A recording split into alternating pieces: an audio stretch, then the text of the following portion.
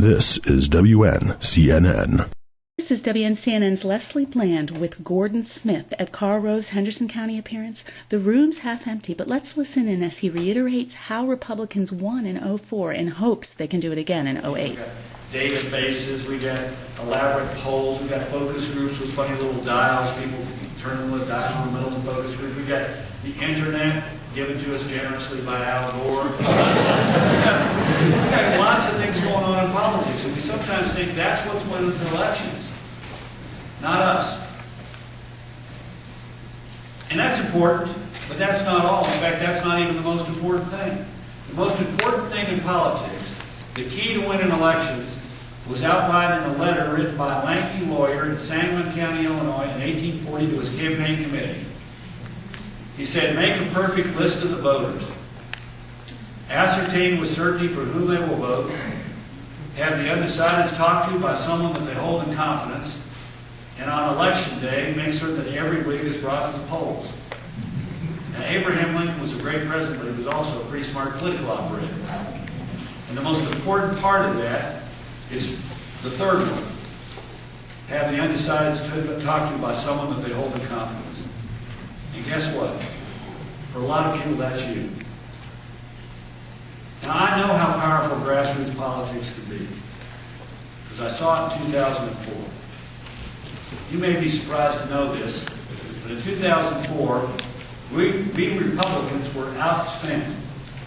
But we won because we had the largest grassroots army of volunteers in the country, in the history of American politics, organized with a plan, registering, identifying, persuading, and turning out. And it worked. And it worked in a powerful way. The president was the first presidential candidate since 1988 to win a majority of the popular vote. Think about that. He did something Bill Clinton was never able to do. He increased his, he won like nearly 80-some-odd% of the counties in America and 81% of the counties in America, and increased his percentage of the vote in 87% of the counties in America. He received 20% more votes than he received in 2000. And received more votes than ever received by any candidate for president in history. Now, if you don't accept my word for it, I recommend you read a story. You can get it online from the New York Times Magazine. Not that I recommend you buy the publication, but you can. Here's a fantastic story about Thanksgiving of 2004 in the New York Times Magazine. About 2 weeks before the election, Ken Melman, the brilliant manager of our effort in 2004, called me up. He said, the New York Times just called me, and they want to put a reporter inside our Get Out the Vote operation in Ohio. They promised not to write anything about it until after the election, and they've already got somebody who's covering the Democrats. Then what do you think we ought to do? And I said, I think we've got better things to do than to babysit some snot-nosed reporter from the New York Times.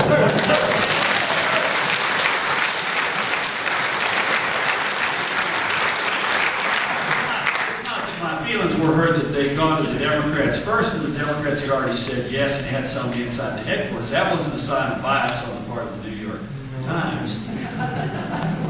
Of course not. Nor did I have any distrust of the fact that they said they wouldn't write until after the election. I'm sure they'd keep their secret. But they did have somebody inside the Democrat campaign. His name was Matt Bai, and he ended up writing a story about the Democrats since we had better things to do. And it's a delicious story. The story opens up. It's a lengthy, delicious story. The article opens up. It's early in the morning, and it's in Columbus, and they're getting messages from all around the state. The buses and vans are ready to deliver people to the polls, and they're out there, and everything's humming, and they've been flying around the state the last few days, and a jet provided by a wealthy personal injury trial lawyer, and they're getting things ready to go. And it's epic.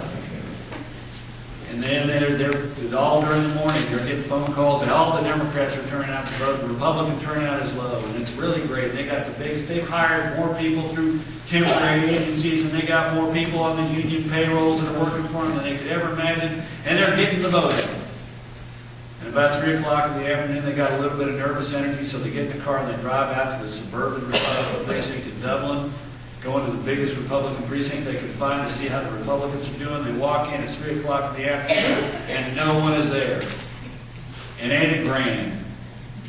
Till they go over and look at the little piece of paper posted on the wall that shows how many people in this overwhelmingly Republican precinct have turned out to vote, and it's 3 o'clock in the afternoon, and they got 4 hours more before the polls close, and 72% of the people have already voted, and they say, oh no.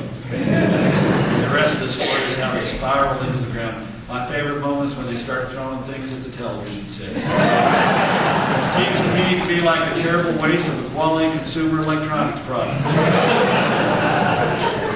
The reason we beat them is because we had more volunteers who cared with the passion that only a volunteer can care about talking to their friends and neighbors about their candidate and getting them out to vote. And next year, that's what we need in North Carolina. For our president, for our Senate, for our candidate for governor, for our candidate for Congress. And you're it. It's entirely possible for you to do that. It's entirely possible for you to shape the outcome of this contest by what you do in the months between now and November 2008. So thanks for your vital role in ensuring our success. Thanks for working hard to carry this state for George W. Bush, not once but twice. This is WNCNN.